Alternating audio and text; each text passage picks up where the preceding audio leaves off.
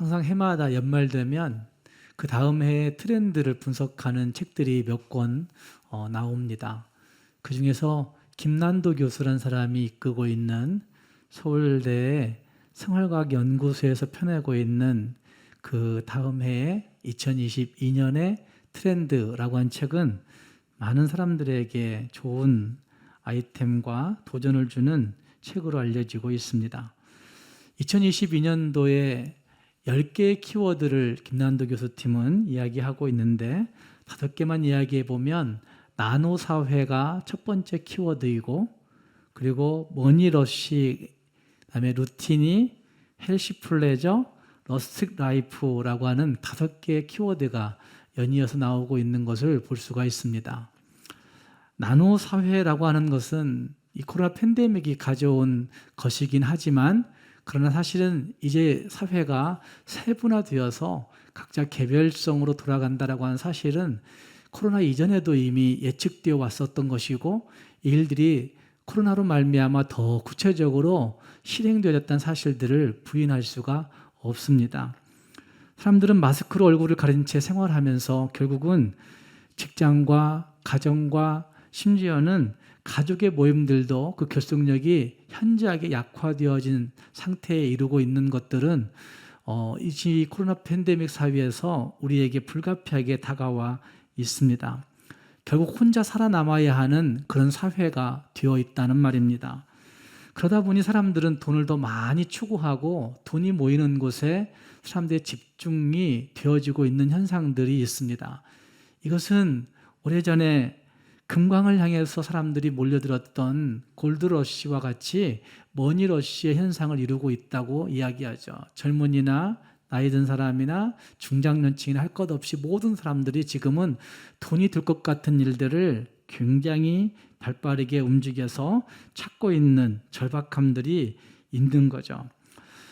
한정된 자원과 시간들이 우리에게 있기 때문에 그 속에서 돈을 많이 벌려다 보면 결국은 자기 관리를 철저히 해야 되는 일들이 있어서 스스로의 어떤 지켜야 되는 규칙들, 루틴들을 만들어 놓고 그 루틴들을 지켜가는 일들도 있다고 이야기합니다.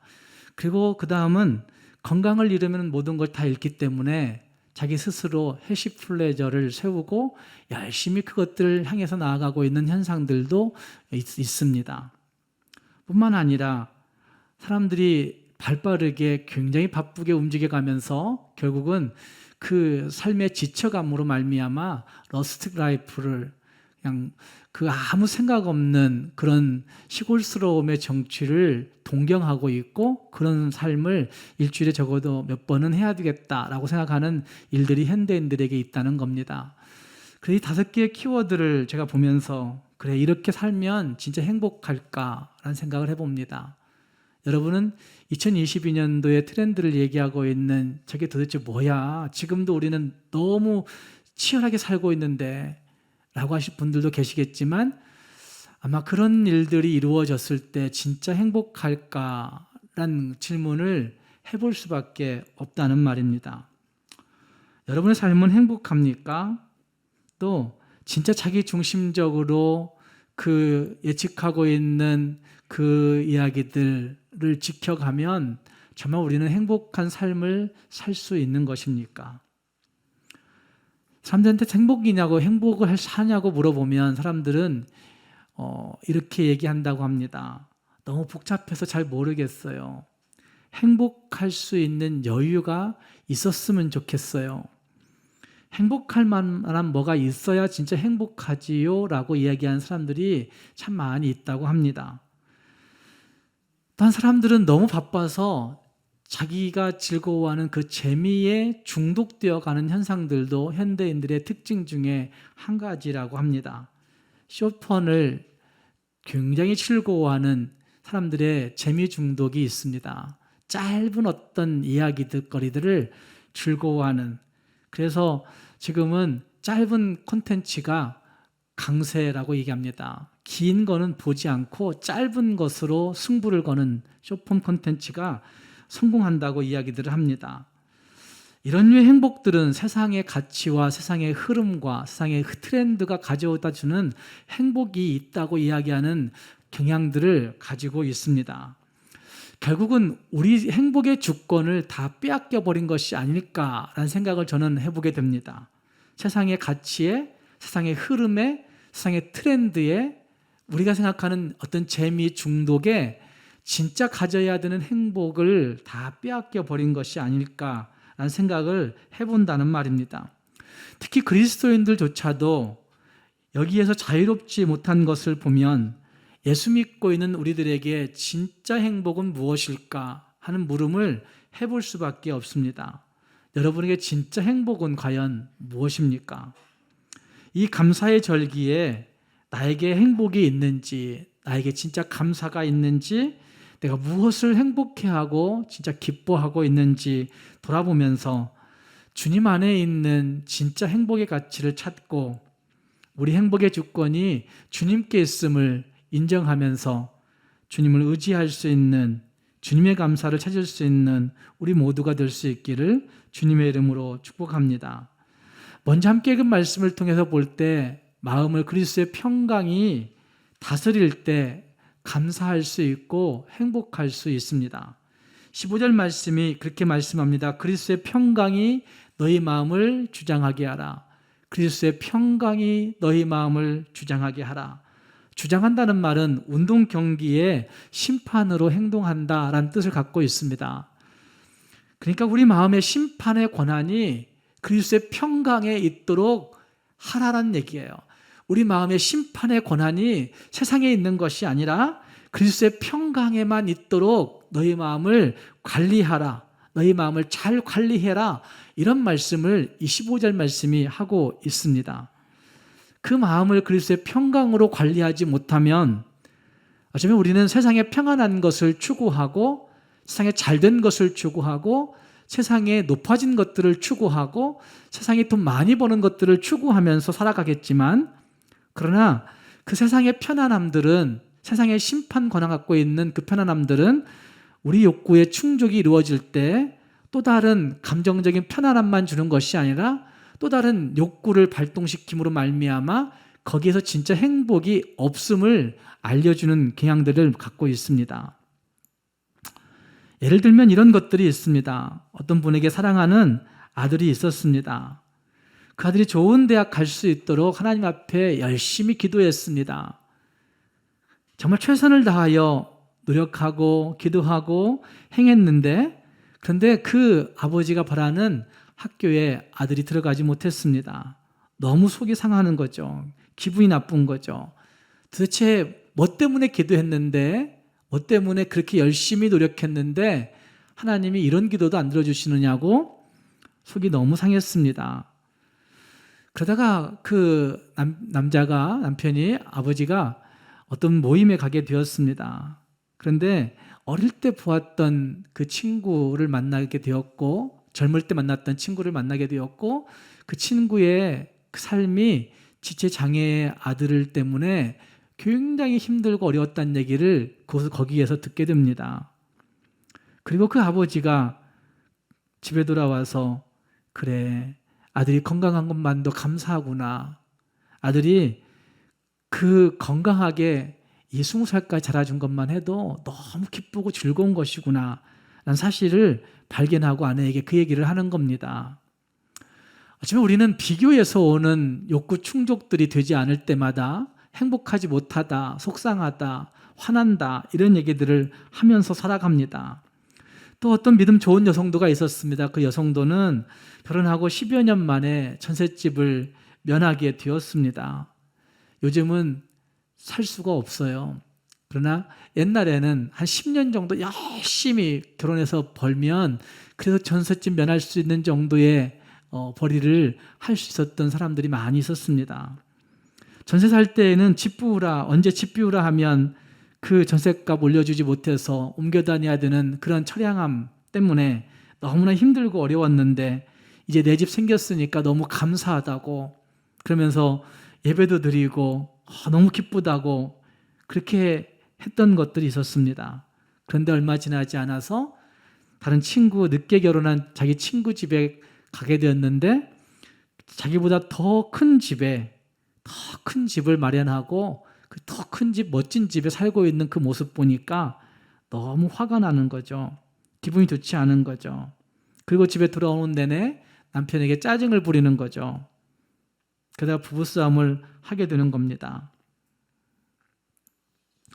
우리의 만족과 우리의 행복은 비교해서 자꾸만 되어지는 경향들을 가지고 있어서 결국 순간적이고 욕망적이고 비교적인 경향성들 때문에 어떤 것이 금방 채워진 것 같지만 순간적으로 다시 빈 것을 보게 되고, 그리고 감사하지만 다시 불평과 원망이 터져나오는 일들을 막을 길이 없다는 말입니다.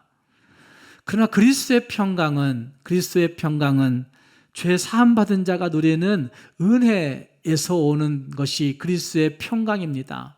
나 같은 죄인이 구원받았구나라고 하는 그 감격 때문에 하나님이 주시는 그 평강으로 자리하게 되고, 그 평강이 자리 잡는 순간부터 우리는 예수를 생각하는 그 내내 감사가 있고 만족이 있는 삶을 살아갈 수 있게 되는 것이죠. 또 그 구원의 확신이 내게 있는 동안만큼은 그리스도의 평강이 항상 지배하는 것들을 부인할 수가 없습니다. 내가 구원받았구나 라고 한 사실을 믿고 인식할 뿐만 아니라 그 구원의 확신이 내 안에 계속해서 일어날 때마다, 그래 나는 감사하구나, 구원받았으니까 너무 즐겁구나, 이렇게 이야기할 수 있는, 고백할 수 있는 일들이 있게 된다는 말씀이죠. 그리고 구원받는 확신이 있을 뿐만 아니라 그때부터 우리는 기도를 알게 되고 하나님과 소통하는 기쁨을 느끼게 될 때가 있습니다. 하나님과 깊이 소통하면서 얻어지는 평강은 세상의 그 무엇으로도 비교할 수도 없고 말할 수 없는 부분입니다. 예수님도 요한복음 14장 27절 말씀에서 그렇게 말씀하지 않습니까? 평안을 너에게 끼치노니 곧 나의 평안을 너희에게 준다라고 말씀하시면서, 내가 너희에게 주는 것은 세상이 주는 것과 같지 아니하니라 라고 말씀하시면서 너희는 마음에 근심하지도 말고 두려워하지 말라고 말씀하시는 그 말씀이 거기에 등장합니다. 또 예수님은 요한복음 16장 33절 말씀에서도 이것을 너희에게 이르는 것은 너희로 내 안에서 평안을 누리게 하려 함이라. 세상에서 너희가 환난을 당하나 담대하라, 내가 세상을 이겼다 말씀하시면서 예수님은 우리에게 그 평강을 주시기 위해서 이 땅에 오셨다고 하는 사실을 분명하게 말씀하고 있습니다. 그러니까 구원의 확신을 가지고 살아가는 주의 백성들이 하나님과 깊이 소통하면서 누리는 평강이 분명히 있다고 하는 사실을 성경은 우리에게 증거해 주고 있는 것이죠.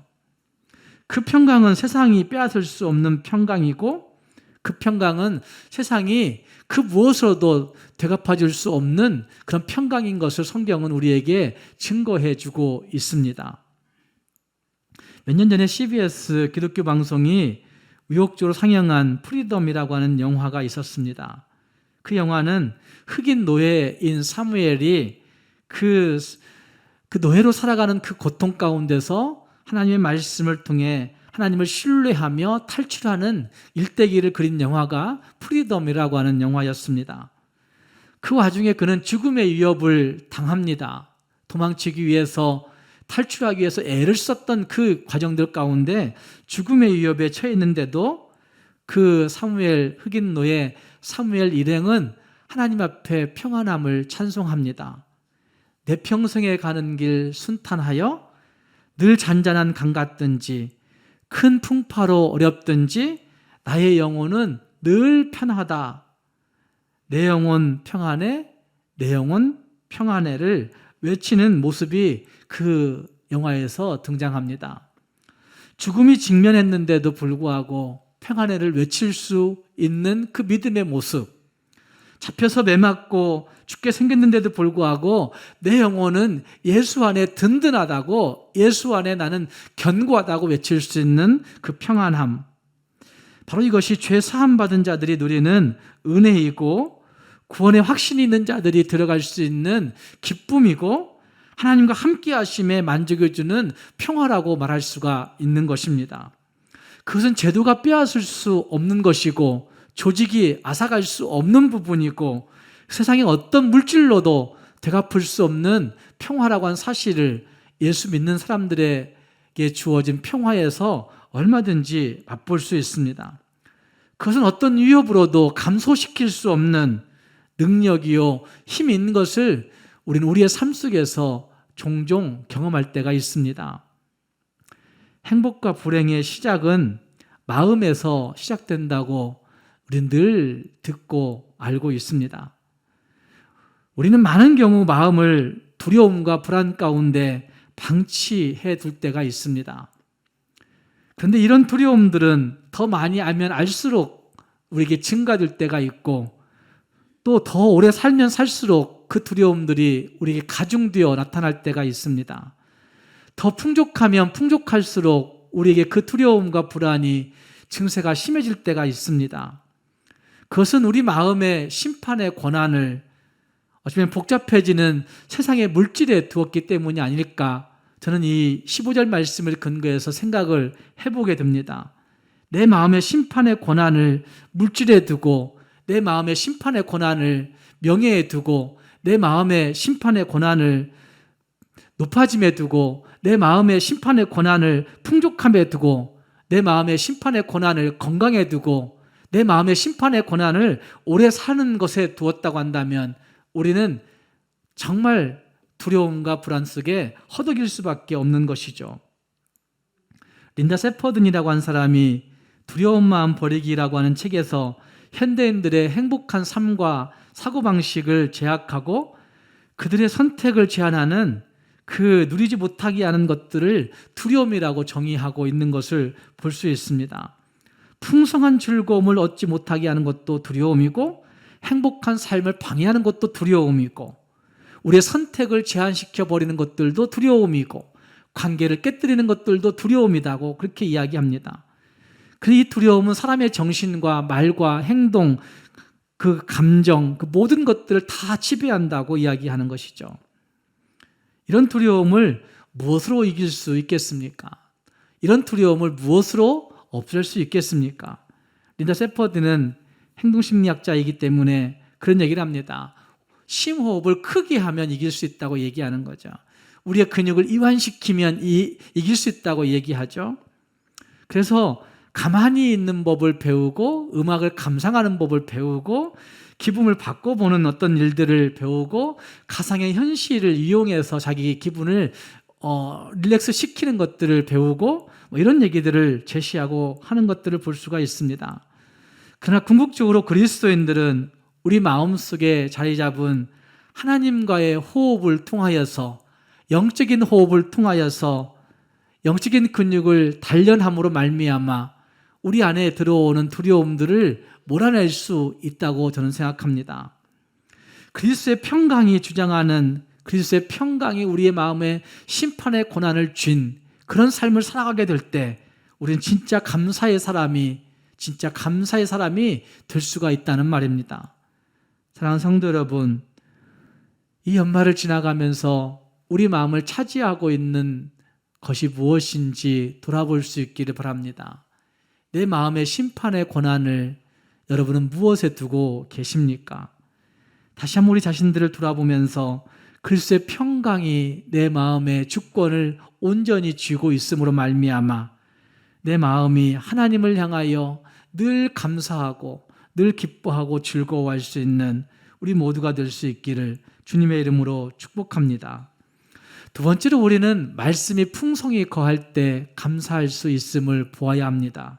16절 말씀이 이렇게 말씀합니다.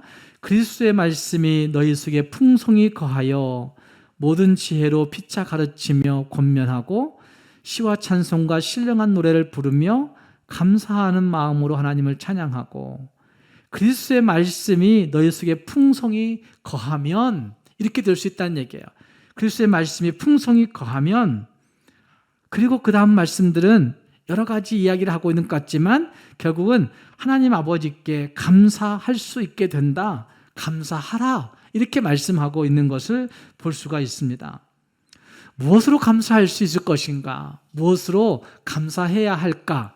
그리스도의 말씀이 풍성히 거할 때 감사할 수 있고, 그리스도의 말씀으로 감사할 수 있다고 그렇게 외치고 있는 것입니다. 그리스도의 말씀이 풍성히 거한다는 것은 그 말씀이 우리 마음 가운데 자리를 확고하게 자리 잡는 것을 의미합니다. 유진 피터슨은 메시지 성경역에서 번역 성경에서 이렇게 이 부분을 번역했습니다. 그리스도의 말씀, 그 메시지가 여러분의 삶을 마음껏 드나들게 하십시오. 메시지가 여러분 삶에 속속들이 스며들도록 충분한 자리를 만드십시오 라고 그렇게 번역하고 있는 것을 볼 수 있습니다. 하나님의 말씀이 우리 삶 속에 자유롭게 드나들 수 있어야 되는 것인데 우리는 세상의 여러 가지 일들로 말미암아 말씀이 드나는 것들을 차단시켜 버리는 것이죠. 그 말씀이 우리 속에 스며들어서 굳게 자리할 수 있어야 되는데 우리는 이미 다른 것에 그 자리를 내어줘 버렸기 때문에 하나님의 말씀이 역사할 수 있는 틈이 없다는 말씀입니다. 리더 훈련하면서 그런 얘기를 계속 말씀 묵상에 대해서 얘기하면서 얘기해 오고 있는데 실제로 그런 분들이 지금 많이 있습니다. 코로나 팬데믹 사회에서 하나님의 말씀을 공동체가 같이 나와서 할 수 없는 어려움들이 있으니까 아침에 출근할 때 말씀 들어요. 그 말씀 들으면서 가는 내내 정말 행복하다고 얘기하는 사람들이 주변에 참 많이 있습니다. 그 말씀이 반복적으로 내게 들려질 때, 그 말씀이 내게 반복적으로 느껴질 때 진짜 예수 안에 서게 되는 것이죠.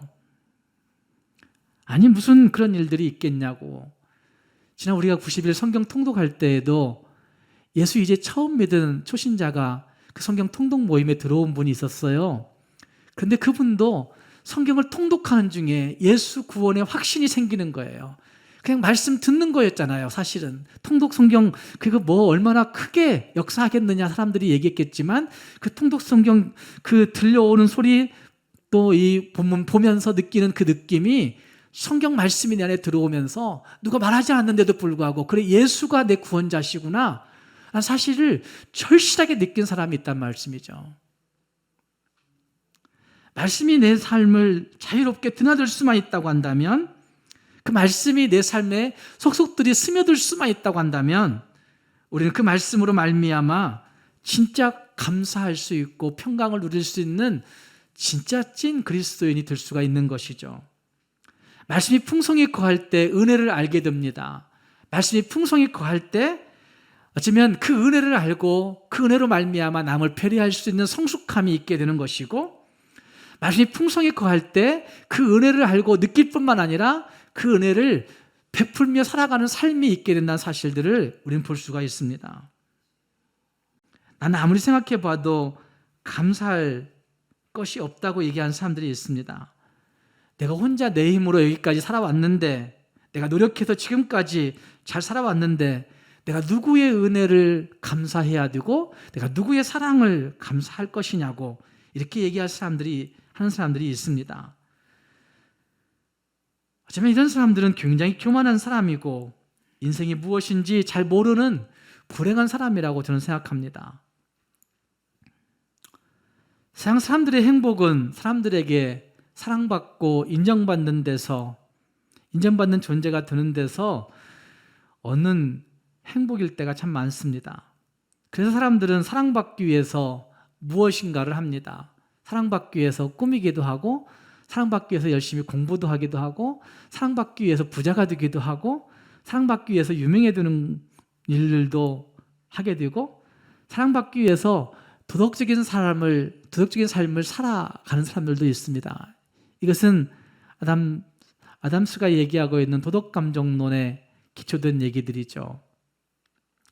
사랑받고 사랑스러운 존재가 되기 위해서 우리는 여러 가지 일들을 하는 거죠. 부모들에게 사랑받기 위해서 아양도 떨고 그러면 살아가는 겁니다. 그런데 그런 삶이 우리들에게 어느 정도 행복함을 가져다 줄 수 있겠습니까? 아담 스미스는 신중하고 정의롭고 진실해지고 선행을 베푸는 미덕들도 누군가에게 사랑받기 위해서 누군가에게 인정받기 위해서 하는 일이라고 그렇게 이야기하고 있는 것도 볼 수가 있습니다.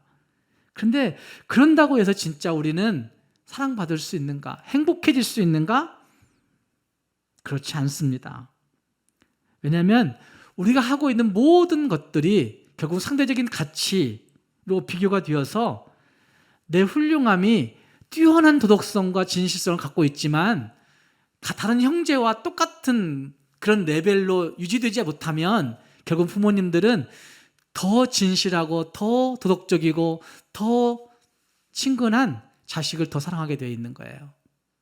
그 행복이 있을 수가 없다는 거죠. 그러면 벌써 그 비교의 균형이 깨져버렸기 때문에 내가 열심히 노력해왔던 그 노력들이 물거품 되어서 행복하지 못하게 된다는 말입니다. 그런데 말씀을 갖고 씨름하는 성도들은 말씀을 갖고 실현하는 동안 진짜 행복을 경험하게 됩니다. 말씀의 기준으로 빨려 들어가게 될 때 내 생각이 그곳에 침투하게 되는 것이고, 말씀의 기준으로 빨려 들어가게 될 때 내 감정도 그곳에 빨려 들어가게 되는 것이고, 말씀의 기준으로 빨려 들어가게 될 때 내 모든 미숙함들도 거기에 다 녹아나서 말씀으로 말미암은 성숙한 그리스도인들이 되어져서 진짜 감사하고 평강을 누리게 된다는 말입니다. 사랑하는 여러분, 우리는 어디에서 행복과 감사를 찾고 계십니까? 우리의 믿음을 성숙하게 하는 그 말씀의 은혜를 우리가 모두가 누림으로 말미암아 그 말씀이 우리 안에 자리함으로 그 말씀이 주는 진짜 행복, 말씀이 주는 진짜 기쁨, 말씀이 주는 진짜 감사를 회복하여서 이 어려운 시기에 감사함으로 행복을 누릴 수 있는 우리 모두가 될 수 있기를 주님의 이름으로 축복합니다. 기도하겠습니다.